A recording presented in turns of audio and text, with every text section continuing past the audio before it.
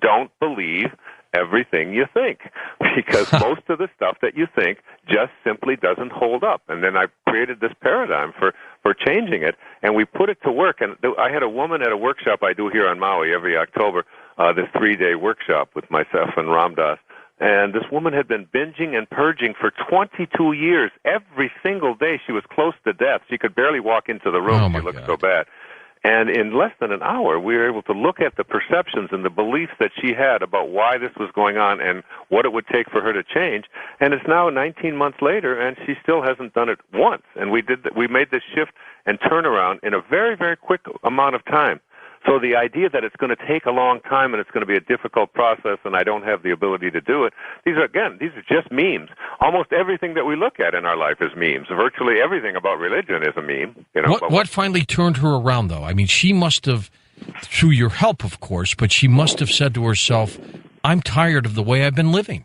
Yeah, I think that's what probably got her here to Maui. But you know what, George, the thing that turned her around, because I'll never forget it, she just looked up and realized that the idea that she couldn't change was no longer something that she could validate. It wasn't true. I kept saying to her, can you be 100% certain that it's going to be impossible for you to change?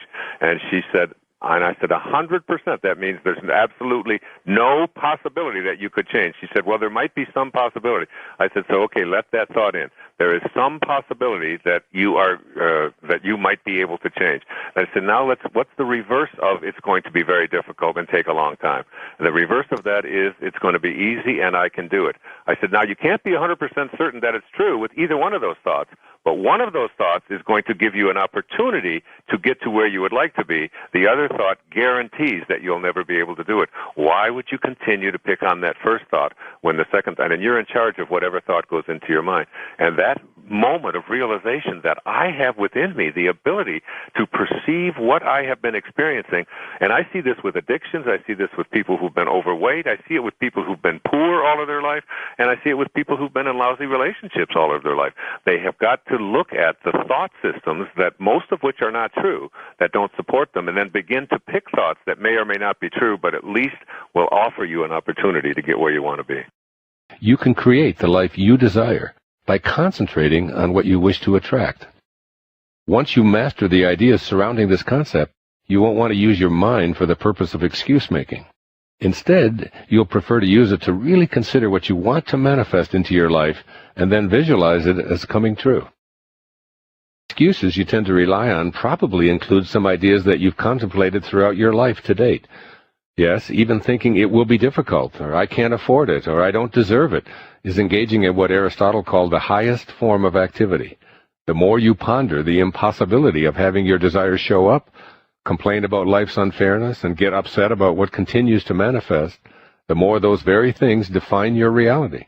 That's because whatever you focus on invariably shows up in your life, be it what you want or what you don't want. So if you're always thinking or talking about what's wrong with your life, then you're attracting exactly what you don't desire. We're afraid to be God. We're afraid to have God within us. We're afraid to be our own creator of what we want for ourselves. Instead, we want it to be something outside of us. We want someone else to do it for us, like God or like Mother, the way she used to be, or whatever it will be. And until you're willing to be God, that is, within you, allow yourself to be that moral, effective human being who is doing the things that are going to make life better for you and everybody else. Until you're willing to do that yourself, all it is hoping that somebody else will do it. And the place at the top, which is way, way up there at the ceiling, is what I call mastery. Where you are to your own life, like a great painter is to his or her creation, molding it and shaping it, reacting, having self-creation, being into the person that you want to be, and being able to react and handle every situation that comes along, and understanding that happiness is not something that you strive for, that you go after, that it is something that is always within you, and you can have it anytime, anything that you're doing. Not very many people get a hold of that. They think there are happy things to do and unhappy things to do. Happiness is available for you anytime you want it, whether you're cleaning out your closet, whether you're sitting on the can, whether you're changing your baby's diaper, whether you're working on a project that is exciting for you, whether you're going on a camping trip, whatever it is that you're doing, that happiness is something that's available to you. Normal people don't speak the kind of language I'm talking transcendent kind of language. That when you're around these kind of people, they inspire you, even if they're not even trying to convince you of anything. They have an aura almost about them that you know you're around a special human being. It's like their presence motivates because they transcend the typical. They transcend the normal and go into areas that no one ever dreamt of before and don't even think about the consequences of whether it's going to work or not work. That isn't even an issue for them. Understanding that if you're going to get things done in life, you've got to be able to transcend all of the reasons why it can't be done. And one of the people, of course, that was very profoundly important in my life was Jesus of Nazareth. Now, you can look through the New Testament and you can find a million different quotations of Jesus. And I picked one to write this essay about. And it was called about being childlike. He said, "Except as ye become converted and become a child, ye shall not enter the kingdom of heaven." Now, what does it mean to be childlike? I have 8 children, and I have watched them as they have come into this world. And they come into this world with personalities. Some of them come in smiling, and some of them in crying. Some sleep all night right away, and some don't sleep all night for 2 years. They all come from this place called nowhere, and they enter this place called now here. So we go from nowhere, N-O-W-H-E-R-E, to now here, N-O-W-H-E-R-E. It's all the same, just a question of spacing. You get into now here, and we're all going back to nowhere. So our life is sort of like a parenthesis in eternity. And what Jesus was speaking about here is to go back to that place where you have this great sense of awe, where you have this great sense of mystery. And more important, you don't have any anger in you towards the world.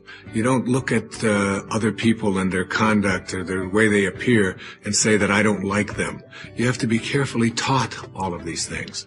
As a child, you are the person who is laughing and full of joy. For me, the most treasured moments of my life, many people say, well, you spent years in foster homes. Wasn't that a great difficulty and a great struggle? I always say, no, it wasn't a great struggle. When you're a child, you don't wake up every day and say, oh my God, I'm an orphan again today. Poor me. Why did this happen to me? This isn't fair. What you do is you get up and you enjoy your life and you get on with it and you do everything that a 6-year-old child will do. And then you turn 40. It seems like it happens overnight. And then all of a sudden things aren't going as well as you thought they should. And you're addicted to this substance or that, or you're overweight, or your business is failing, or you're going through your 3rd marriage, or any number of things that you would say constitute, failures in your life, if you will.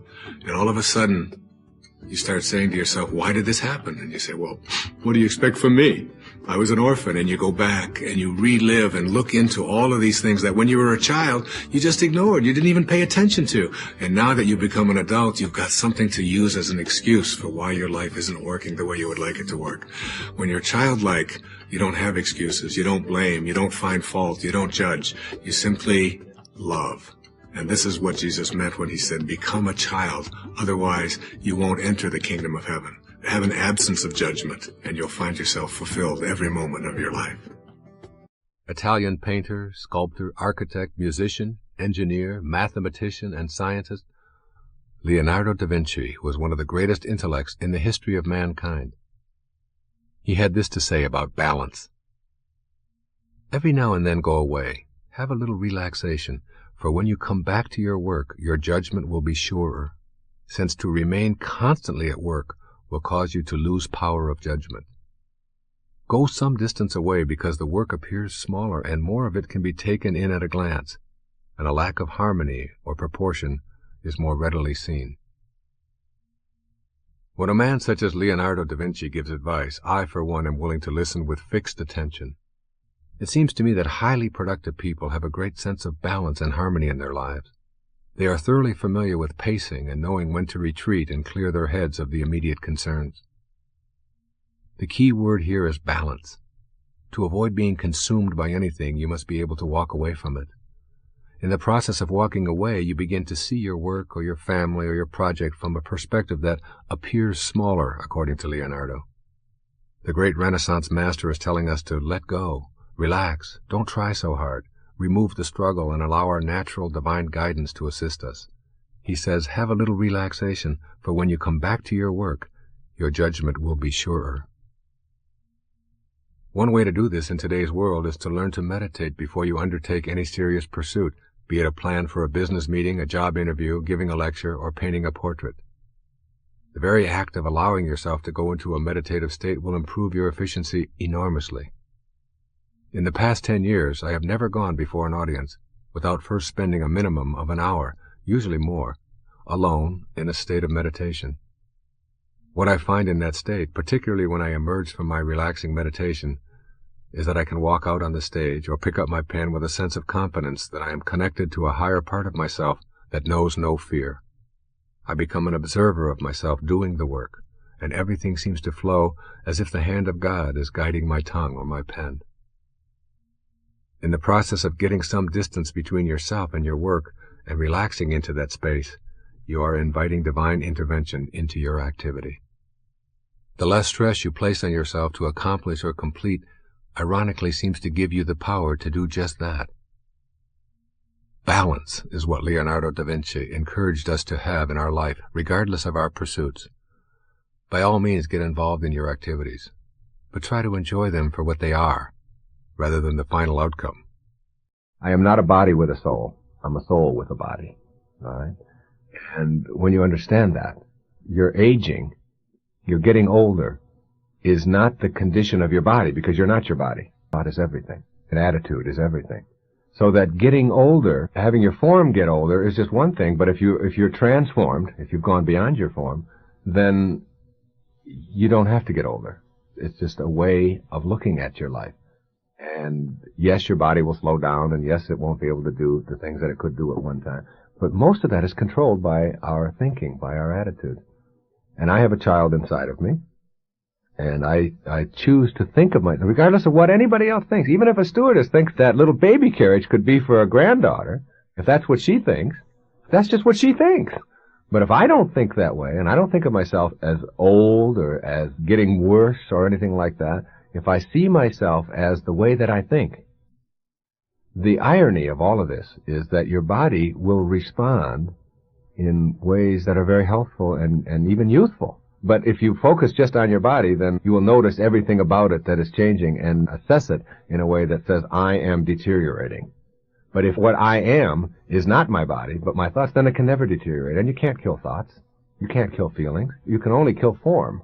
But if you are not that form, then you know that your conscious awareness can never die. You can't change that. It just changes from one form to another form to another form. And that's the way I tend to look at it. And so I don't see any effects of my form getting older. I see every once in a while a new little wrinkle. I'll see changes in that have taken place in my body. And I see a phenomenal miracle in this whole business called life. And that doesn't have to change just because your form is growing older. It just doesn't have to. I don't, anyway, assess my value and worth as a human being based on my form, on my body. And then my body is able to stay in phenomenal shape because of the way that I think. I eat a third of what I used to eat, all right, in total bulk in a given day. I sleep probably a third less than I used to sleep. I don't put sugar into my body except just natural from fruits and things. I don't use salt on my foods at all. These are all things that I did regularly in my life. I exercise and walk almost everywhere that I go.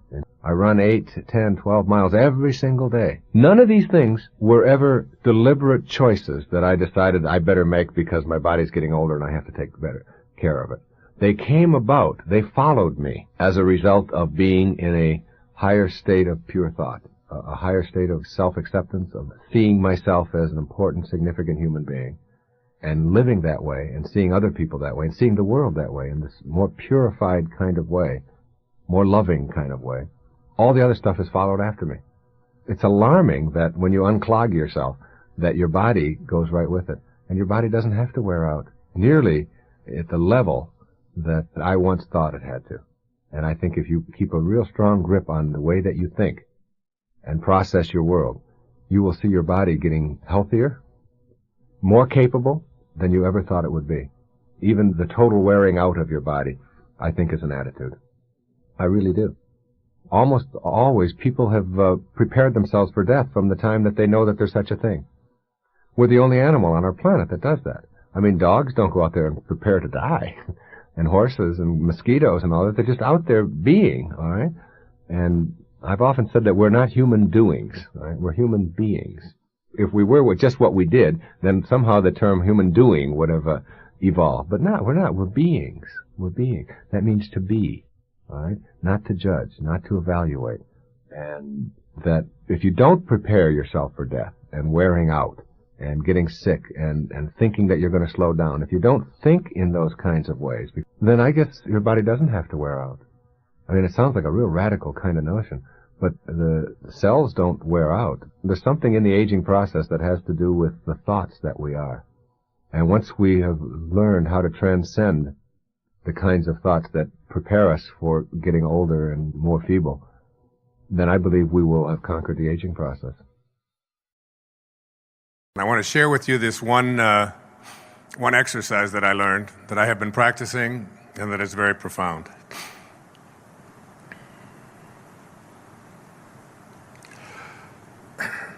If you want the qualities of your higher self, remember, I'm speaking here now about God, the God within you, the almighty, omniscient person that you are, the energy that is your birthright, but you have lost sight of because of your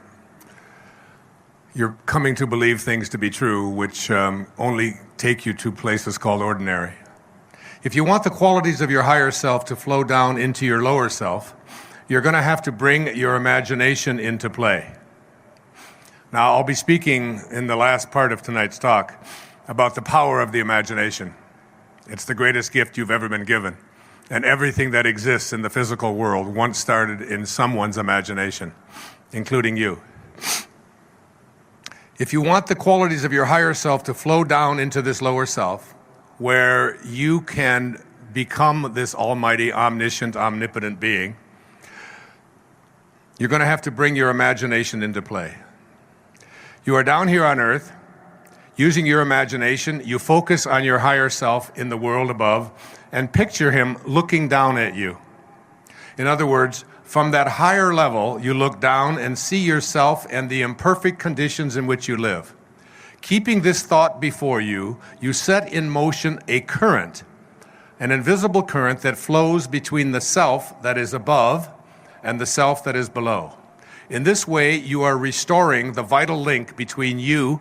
For from down here, you are thinking that you are up there, and up there, you are conscious that you are down here, thinking of yourself up above. It's very difficult to explain this clearly, as you can see. At the same time, you divide yourself, you also unify yourself. You divide yourself into two, one above and one below. The one above, your true self, watches the one below as he meditates on that self above. And in this way, an extraordinary current is established between the two, making it possible for your superconscious to develop. You stay with your eyes closed, conscious at the same time that you are there in your room, a living, thinking being, while your all-powerful, omniscient higher self above sees his reflection and recognizes himself in you. Seeing himself, he smiles at you, perhaps even laughs a little. And you watch from below and begin to get to know him while he watches you from above. In this way, the gulf between the higher and the lower poles of your being begin to narrow until one day it disappears and they are fused into one. When this happens, your lower self no longer exists. That lower self, the ego, which is not a true reality, disappears. And all that is left is your real higher self. No more weakness, no more discouragement, no more darkness. You become omniscient, immortal, and eternal. Now, it sounds like, well, I'll just go ahead and do that, and it's all going to just work out for me. But what I'm really saying here is that it's an exercise that if you begin to practice it for about 30 minutes a day in your meditation, and begin to picture this higher part of you, your origination place, the spark of God that is you, where you came from, Not just because I'm speaking from a spiritual perspective, but whoever the quantum physicists are that are watching and listening tonight, whoever they are as well, they all know that it is an invisible field of energy from which all things originate, to which all things return. That is your essence. It is your true self. And if you can just get that higher self to become 1 or 2 or 3% of who you are, you can begin to access through your intuition the kinds of things that your false self doesn't allow. Muktananda called the ego the false self, because in those first 9 months of your existence, from that spark of God that you were, when everything that you needed for this physical journey was handled in there in this miraculous way that is just too profound and too mysterious for us even to begin to fathom, isn't it? It's the great mystery, isn't it? That's what the Tao teaches us. Live the mystery. Don't be afraid to wander into the unknown. Don't be afraid to know that this music that you came here to play is calling you, it's begging you. You can't fulfill somebody else's dharma. You can't do it the way your family wants you to do it. You can't do it the way they did it before. You have to go within and know that this is my calling. Abraham Maslow taught me when I was a young doctoral student, you must learn to be independent of the good opinion of other people. You must learn to detach yourself from outcome. That's what self-actualizing people do. Those are the two most important qualities. Detachment from outcome. You don't do what you do because of what you're going to make or what kind of rewards you're going to get or how people are going to like you. You do what you do because it's your passion, because you won't allow anything else to be but what you feel inside. It's what I used to call being a scurvy elephant. Essentially, energy field theory says that there is an invisible vibratory field of energy surrounding all living objects, including human beings. This field is created by how we think and process our experiences wherever we are in the world. At certain levels of consciousness, the energy field vibrates fast. At other levels of consciousness, the energy vibrates slowly. Essentially, there is a continuum along which varying levels of consciousness are responsible for creating the field of energy. We encounter different energy fields when we are within each other's physical proximity. Where there is strong, continuous energy for extended periods of time, even when people are gone, the field of energy can remain intense. For instance, we often feel sad or happy without realizing that we have entered a field of energy that is invisibly present. While touring the home of Anne Frank in Amsterdam, I almost had to force myself to breathe. The air seemed so heavy throughout this house, which was now a museum where millions of people have come to share the story of Anne Frank. The joyous energy field also remains in places where it predominates. In the presence of highly advanced spiritual people, one can feel love and be transformed in consciousness just by being in their field of energy. Ella Wheeler Wilcox unknowingly captured the essence of field energy theory with these two famous lines: "Laugh and the world laughs with you. Weep and you weep alone." Many years ago, I had an experience while walking on the beach which illustrates the message in this popular poem. A woman approached me who was moving to Florida from Chicago. She recognized me from a television appearance the night before. She said, "Do you live here in South Florida?" And I responded that I did and was taking a beach walk after returning from an all-night flight. Then she asked me a commonly heard question: "What are the people like here?" I responded with a question of my own: "What are the people like in Chicago?" She smiled broadly and told me how warm and friendly people were in the Midwest, and I told her immediately, "That's pretty much what you're going to find here." On my return walk along the same beach, a woman whose husband was being transferred to Miami from New York stopped me to say that she had seen me on television the night before and how much she enjoyed the show. We struck up a conversation, and then she asked me the same question I had heard only an hour before on the very same beach. Naturally, I asked her the same question in return: "What are the people like in New York?" She launched into a tirade on how insensitive, cliquey, and unfriendly it was in the big city, and I responded, "That's pretty much what you're going to find here." We attract into our lives pretty much what we ourselves project with our own attitude. In general, those who feel that the world is a cesspool notice the vermin, while those who believe in the goodness of humanity see others of like mind. Many people lament the poor quality of service in contemporary America. "You just can't get good service" is a gripe you hear daily. In fact, Time magazine did a cover story on the decline of service in every field, from retail stores and restaurants to getting your watch repaired. Recently, on a television show where everyone on the panel unanimously agreed on the poor quality of service, I disagreed. I explained that I felt expectation attracted what it expected. When I enter any retail store or restaurant, I expect to be treated cheerfully and politely, and that's pretty much what I get. If I can't find a salesperson to wait on me, I refuse to contaminate my energy field with thoughts of displeasure and disgust. Instead, I begin sending out the energy that I want to find. If I encounter a surly waiter, I immediately bring him into my field of energy with, "Looks like it's been a tough day. I understand. And you've just been rewarded with a customer who appreciates you and how tough your job is. Take your time." Lo and behold, the poet is right. Be glad and your friends are many. Be sad and you'll lose them all. Your field of energy radiates at whatever vibratory frequency you generate. You are impacting and being impacted by the energy fields of many people each and every day. Refuse to give energy to things you don't want or don't believe in is a very powerful piece of advice.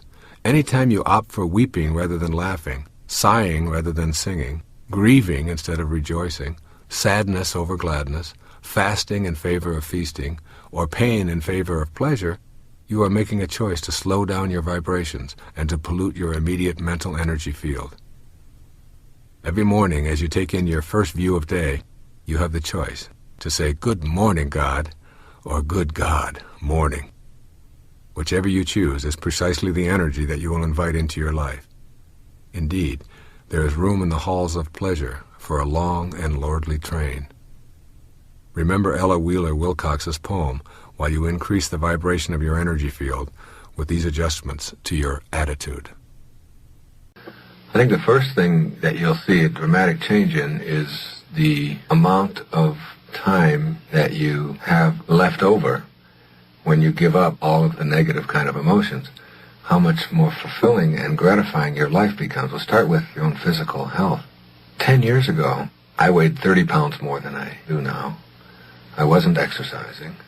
I was not watching my nutrition. I was a candidate for a heart attack. I was not practicing good physical health principles. Now, I never really made a conscious decision to say, all right, I'm going on a diet. All right, I'm going to start exercising. I'm going to watch the sugar, and I'm going to get the salt out of my diet.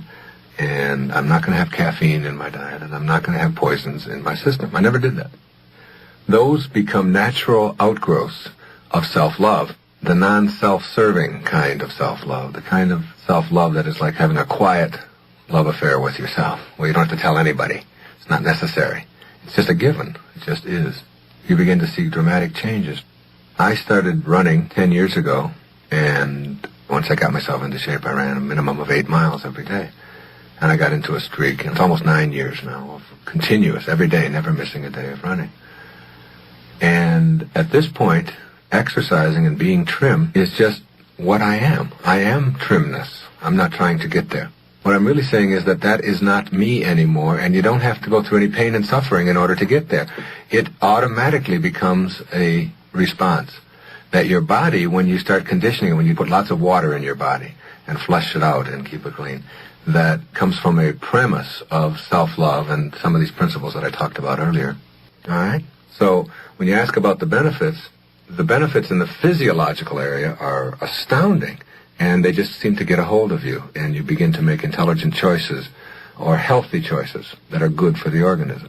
They come about naturally when you start operating your life on this inner kind of glow that I'm talking about, this serenity. You see, I think that there's more to the universe than what the pragmatists would have us believe. I am open to everything being possible and operate from the premise that nobody knows enough to be a pessimist. All right? None of us know enough. We know so little about the universe. I mean, I laugh in the newspapers. Just last week I saw a story about the quasars, these stars that are out at the edge of the universe. And I said, what is this edge of the universe? I mean, what's there at this edge? Is there a wall there? Or is there a cliff? I mean, what is it? And how did it get there? And what's on the other side? We can't comprehend within ourselves something that has no beginning and no end, because all the things that we are limited to in this space that we occupy now start with beginnings and ends. Everything has a cause and an effect. Try to contemplate for a moment a world which has no cause and effect, in which everything just is, just the way it is. And one thing doesn't cause the other. It is, and it always has been. Try to think of eternity, when we talk about an eternity, as something that we can't comprehend because we're confined in the body that we occupy to only think in terms of when we began and when we end. Look at your body right now, and look at your fingers, and look at your arms and all that, and remind yourself that who you are is not those things. That those fingers were very different when you were a month old. You still were. You still existed. You are not your fingers, or your bones, or your nose, or your ears, or your hair, or any of those things. Those things have all undergone dramatic shifts in your lifetime, however old you are, and yet your essence, whoever you are, continues. It goes on, and it continues to occupy many, many different bodies. This is not a case for reincarnation. It's not a case for anything. It is looking at the world from a perspective of awe and magnificence and openness to everything being possible. And that whatever it is that you call mysticism or metaphysics or whatever is nothing more than just the things that we have been limited to because we only understand what we're confined to. We can have anything for ourselves when we're open to that. As you look through all of the great teachings there have ever been, that one principle of self-acceptance, self-love, taking good care of yourself, all seems to permeate all of the teachings. They just seem to go back. That can't be an accident. There's got to be some truth to that. If you can accept that you are something other than just what your body is, even though it defines rationality and it defines scientific verification and all of that, you can accept that because we know that that's true. Bucky Fuller told us that 99% of what we are is untouchable, unsmellable, invisible. 99% of our essence. We can't get a hold of it, we can't smell it, we can't touch it, and we can't see it. It's whatever that conscious awareness is that we experience for whoever we are. And that conscious awareness that we carry around with us can bring about magnificent changes in our lives. The physiological changes I've alluded to, without trying to change anything dramatically in us, when we become more and more enlightened, if you will, and that's a wonderful thing to know. And somehow I know that the part of the journey towards enlightenment, it's really about, honestly, it's about letting go. It's about doing less and accomplishing more. It's about not struggling. It's about, in the Tao, Lao Tzu speaks about water all the time. Live like water. It's the softest substance in the world, and yet it's the strongest. It stays low. Practice radical humility. It goes from the high places all the way down to low. Why is the ocean the strongest force on the universe? On our planet, rather, because it stays low. It lets the streams and rivers fight and work, but they all end up down here. Stay that way. Find God in nature. All of these kinds of things I learned and practiced. But the ego teaches us that who we are is not this divine being, that if we let it go and just guided but stepped aside and allowed. And when Sky was singing those songs and said, thank you when it came my time to go. Thank you for the freedom when it came my time to go. Who am I to tell my own children that they should do what I want them to do when I never did any of that my entire life? And when she wanted to drop out of school and out of college at the University of Miami and pursue singing and go out, she said, Dad, I just can't listen to one more lecture on music theater. I want to sing. I want to write my own music. But she thought she was disappointing me. If you knew how much the tuition was there, you could know there was no being upset about that at all. No, I'm kidding. The idea that I should be imposing or telling her what to do. When Serena went and applied for law school and got in within a month or so, took the LSAT, got a high score, got herself accepted to law school. And she was there for about 3 weeks. And she said, this is just something that I do not want to be doing. And she had a knowing, because I always knew that you not only have to experience what you don't want, you have to experience what you do want and what you don't want. You have to experience those things. I spent 4 years in the military knowing that this is not what I wanted to be, someone who took orders and dressed just like everybody else. There are other people who do these things, but not for me. And I understood that with her, and she sent me a text message, and I let it sit there for about 6 or 7 hours, and she was so worried that I was going to be disappointed, because I remember helping her write her her essay to get in. I said, you're not going to write the kind of essay that everybody else writes they want to get into law school. We're going to write an essay that's going to knock their socks off, And she got accepted. And she left, and I said, you leave with my blessing. You do what you know that you have to do. And the same with Tracy when she decided to leave, and so on. It's like practicing a kind of respect for a person's higher self, that this little being, Khalil Gibran put it this way, he said, your children are not your children. They are the products of life's longing for itself. They come through you, but not for you. They come through you. None of my children ever saw me ask them for the report cards their whole life. It just wasn't a big deal to me. You're going to school. These are your grades. This is your life. I'm here to support you, guide you. But you don't have to get good grades because of me. My daughter Summers called me the other day. She said, I'm going to make you so proud next May because I'm going to graduate from college, and you never thought I would. I said, honey, that won't make me proud at all. I'm not interested in that whatsoever. If you want to graduate from college, it's your choice. I'll be there, and I love you. But things that make me proud are who you are, the being that you are. You don't have to satisfy me or fulfill me in any way. It's a hard lesson, but it's also one of, I have 8 children, and I'm close to every one of them. Love every one of them, and they love me. I feel it and know it in my bones every day. And it's because one of the reasons is that I do not live and fulfill my destiny and my dharma through them any more than I expect them to do it through me. I just don't go that way. The Tao says, do nothing and get everything done. Let go. Allow. The ego says, I have to do more. And there's a real irony in this. It's very hard to explain this to people, but you can get more done by doing less. That's one of the verses in the Tao that I worked on, and I swim every day in the ocean. Every day. Usually an hour a day, freestyle, in the open ocean. Or I do it at the pool, if I'm on the road. And I decided to see if I could swim by doing nothing. Just propel myself through the water, but take the effort out. Just let myself go through the water and just allow my body to move through the water the way it knows how to do. And I stopped working at it and stopped trying. I swam better, faster, less stress. It's one of those amazing things. I mean, I watch the really great athletes. I watch Michael Jordan. And I don't think he's out there doing what he does because he's trying so hard. It's like, and people will say to me, well, when you write or when you speak, you make it look so easy. It's because I repeat, before I get introduced for a talk like this, I repeat a line from A Course in Miracles.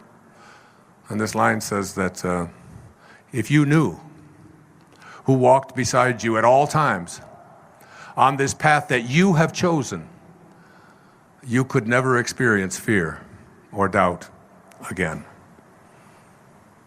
And I don't deliver the talks. God gives all the talks, builds all the bridges, writes all the books, and I just allow it to flow through me. The greatest gift that you've ever been given is the gift of your imagination. Your imagination is yours to be able to do anything you want with. You can place any thought in there with the awareness of I am. There's a very famous poem about that moment of Moses speaking to God. It says, earth's crammed with heaven, and every burning bush afire with God. And those who truly know take off their sandals, while the rest sit round it and pick blackberries. It's your call. It's your call. So your imagination is the greatest gift that you've been given. And you can put anything in there. No one can tell you what can be there or what can't be there. Einstein said imagination is greater than knowledge.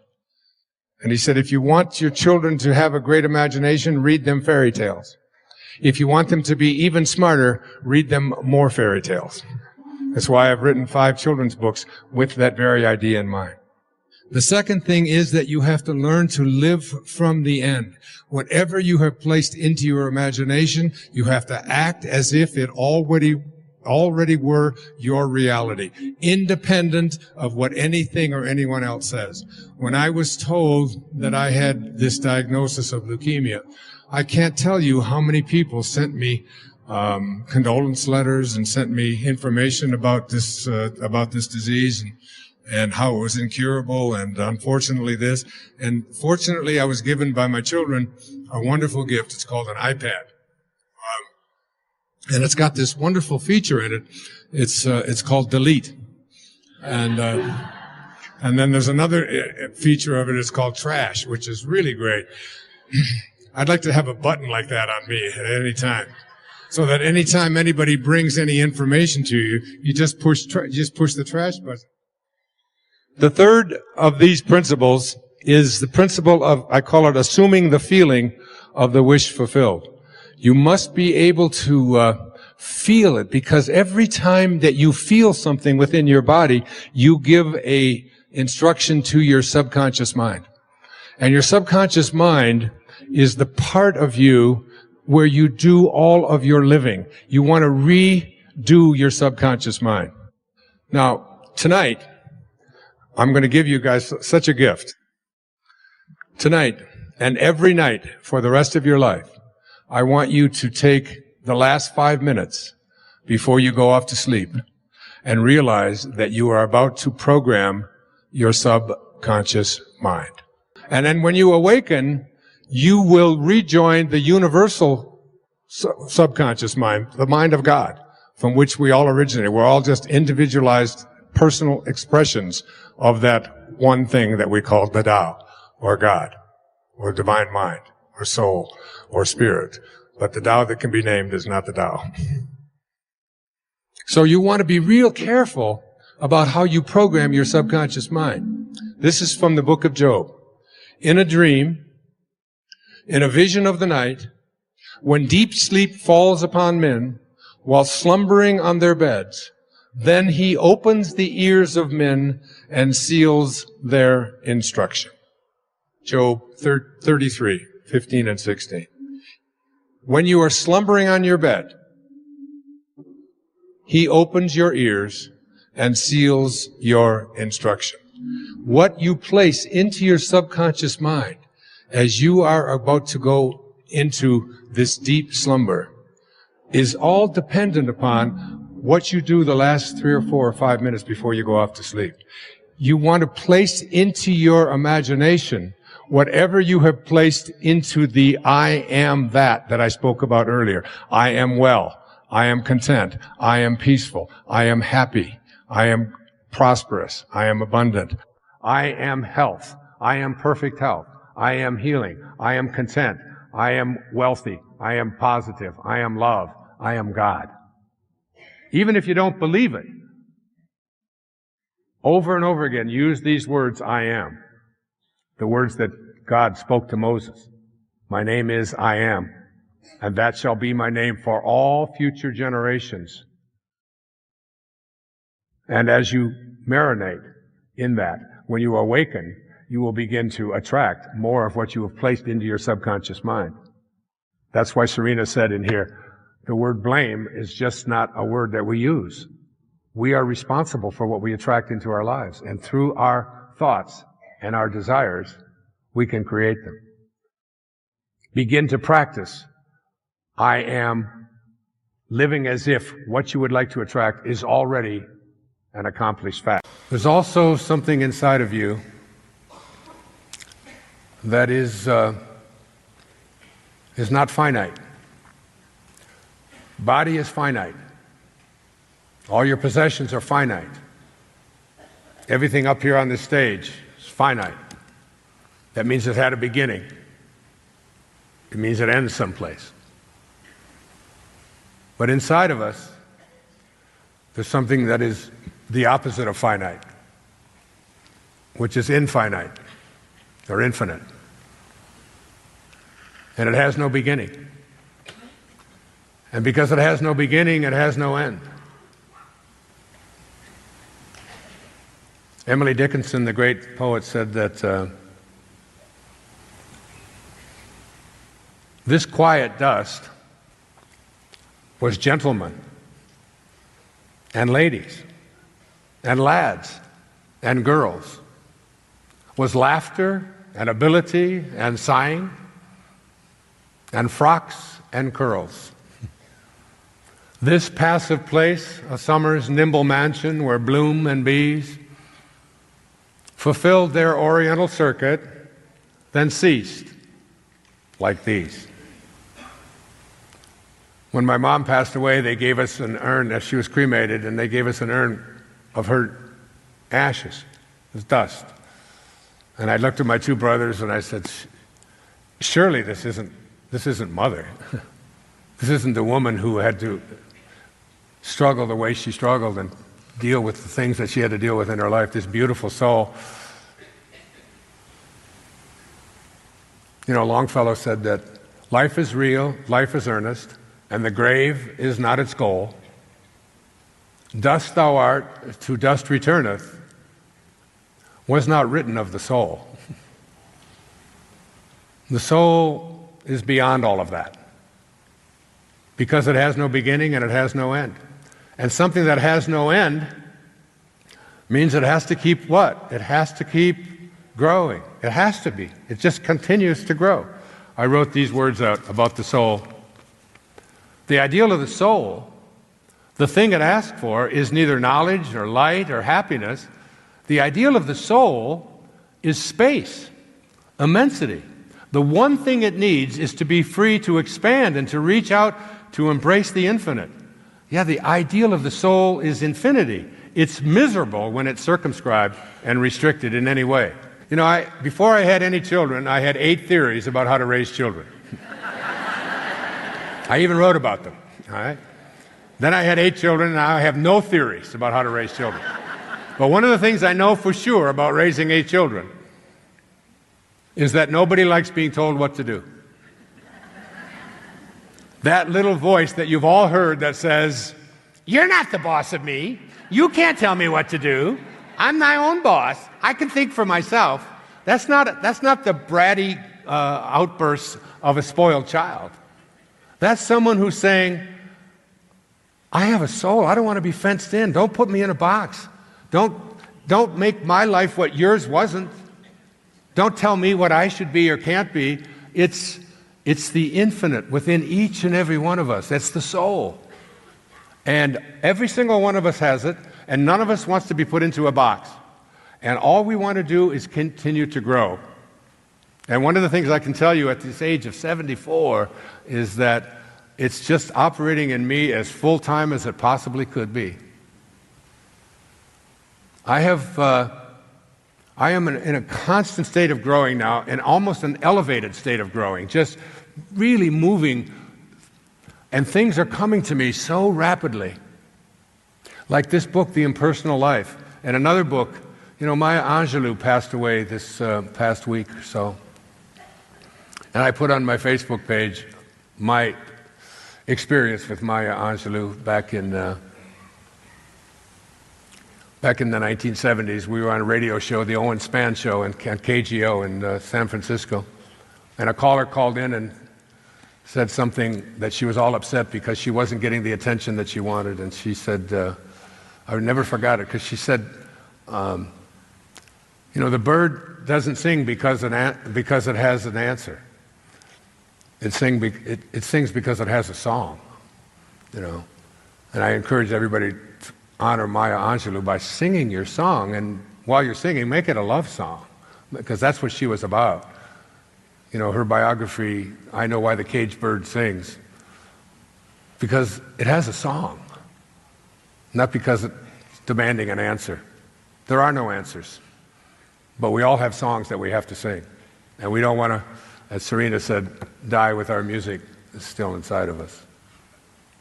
Confucius was a Chinese teacher and philosopher whose philosophy strongly influenced Chinese life and culture for over 2,000 years. He had this to say about patience. Do not be desirous of having things done quickly. Do not look at small advantages. Desire to have things done quickly prevents their being done thoroughly. Looking at small advantages prevents great affairs from being accomplished. I have this quote of the ancient Chinese teacher and philosopher Confucius pasted above my typewriter as a gentle daily reminder to not do anything that will prevent great affairs from being accomplished. It seems to me that we have a great deal to learn from our nature about how we hinder our greatness. Yet it is our nature that we often ignore in favor of what our mind tells us is the way things ought to be. Patience is a key ingredient in the process of the natural world and in our personal world. For instance, if I scrape my arm or break a bone, the healing process proceeds precisely at its own pace, independent of any opinion I might have about it. That is the natural world at work. My desire to have it fixed quickly is of absolutely no consequence. If I imply that impatience of my personal world, I will prevent it from healing thoroughly, as Confucius advised over 25 centuries ago. Shakespeare's observation matches the wisdom of this ancient Chinese predecessor when Shakespeare wrote, "How poor are they that have not patience? What wound did ever heal but by degree?" When I was a child, I remember planting some radish seeds at springtime. When early summer arrived, I noticed green leafy shoots protruding above the ground, and I watched them grow a bit taller each day, and finally I couldn't stand it any longer, and I began to tug at those radish shoots, trying to get them to grow faster. I had not yet learned that nature reveals her secrets on her own time schedule.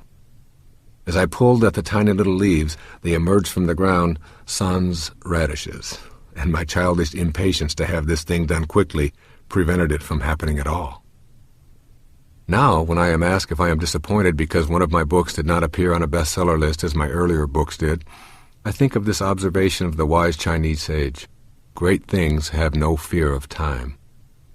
What a compliment it is to the genius of Confucius that his words are still being quoted and his knowledge still applied 2,500 years after his departure. I too write for those souls who have yet to materialize.